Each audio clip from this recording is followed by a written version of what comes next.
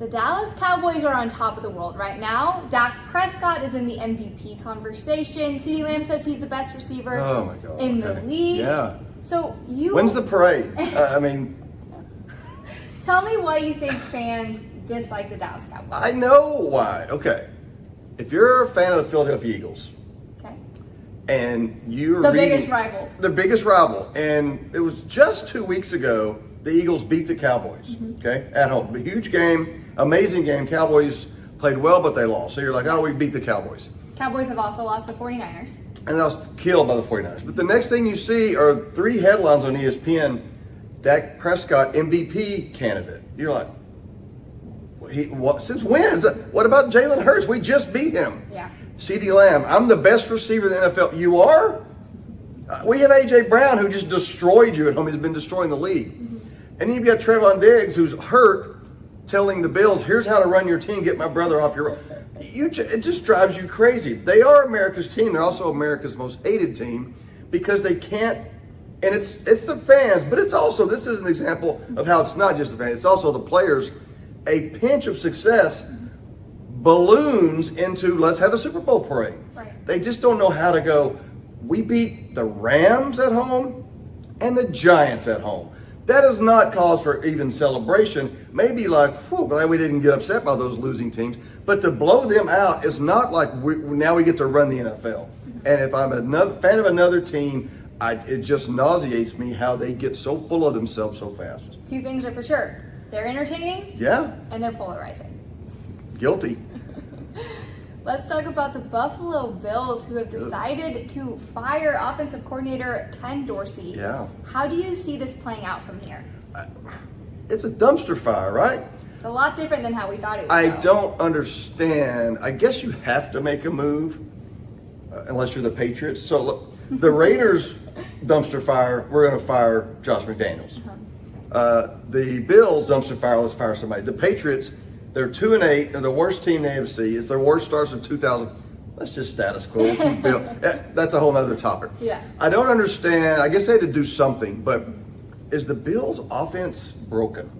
Now, it looked like it the other night. Yeah. But is Ken Dorsey, the offensive coordinator, is it his fault that Josh Allen literally dropped the ball, handing the ball? I mean, he can call a bad play and go, what is that called? Yeah. A handoff is not that risky. I mean, if he's going to drop that ball, that's kind of on Josh Allen. Yeah. They're averaging 26 points a game. They're averaging 370 yards per game. That's top 8. So you got a top 8 offense in the NFL, and you got 4 takeaways, which are all just mind-numbing takeaways, and you fire offensive coordinator. I mean, you guess you can't fire Josh Allen, who, by the way, leads the NFL in touchdown catches. And Stephon Diggs tied for the NFL in touchdown catches. I mean, it's not as bad as it seems. Yeah. But if Super Bowl expectations and now you're 5-5, I guess something has to happen. Well, we'll see how it plays out for them in Buffalo. Let's talk about Week 11. There's a lot of storylines going on. What do you think is the biggest storyline entering Week 11? Well, it's easy. It's Super Bowl 2.0, right? You got Eagles and Chiefs Monday Night Football. It's going to be one of the most anticipated games of the season. But other storylines are the Texans. Yeah, huge Who storyline. we said they're going to be better this year. I don't know if we Absolutely. thought this much better, but I mean, playoffs are right on the horizon. now you're hearing C.J. Stroud's MVP. I'm like, just relax. But he's amazing. I don't remember. I have to look it up and go way back in their record books. When's the last time the Texans were 2 games over 500? Because they're going to beat the Cardinals at home and be 6-4, and that's cause for a parade. Forget what the Cowboys think they're doing. The Texans at 6-4 is the shock of the NFL season. Right.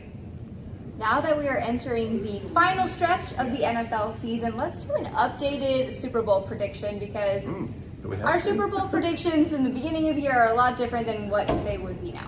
We picked Eagles, Bengals together. Right. We have the same. Yeah, and we did not compare We notes. did not. But that is exactly what. But then we took our But money Eagles and are looking like a pretty we good took our bet. money and put $1 million on it in Vegas on those odds, right? Totally. Eagles, it wouldn't change a thing, right? No. That was genius. Yeah. Burrow and the Bengals, it looked like they were turning things around until last week. Of course, they lost to Houston, who looks like a legit team. Yeah. I'm not going to change mine. Okay. I mean, You're definitely not putting the Buffalo Bills in there. right. I thought it was kind of Bengals, Bills, Chiefs, and now I think it's Chiefs, Bengals, Bills. What about Ravens? Think You they know, can make some noise? You think that, and then you watch the game last week, and you're like, what are we doing? Yeah. I mean, they lost to the Browns. Okay. Deshaun Watson.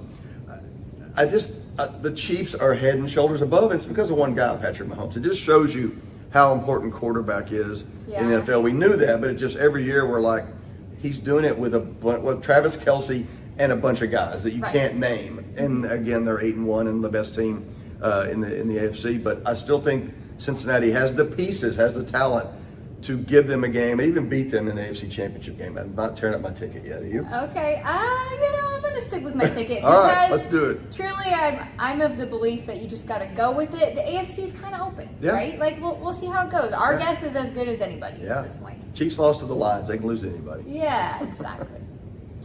Okay. This NFL season, there has been some big surprises and some unsung heroes have risen to the top. Yeah. So when we look at the NFC conference, who is your unsung hero? This is going to go way off the map, but I'm going to pick a kicker.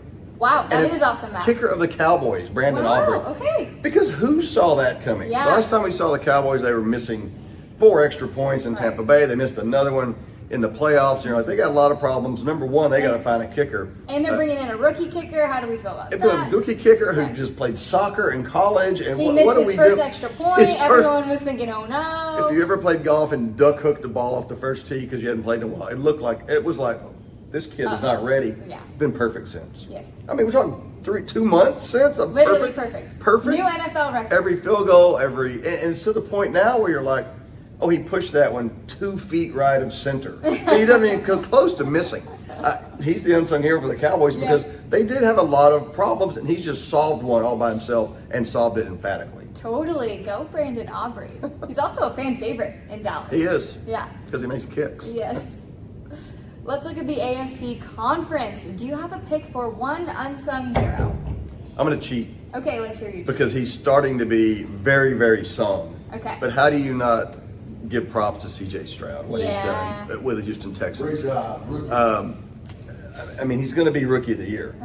There's whispers that he might be MVP, which is, let's tap the brakes a little bit on that. But, he comes from that legacy of Ohio State quarterbacks, which have all failed miserably in the NFL. And you just thought he's another one of those guys. Well, just his calm in the pocket, his footwork in the pocket, his arm strength is off the charts. Yeah. And the way he's led game-winning drives in 2 games now in the last couple of minutes.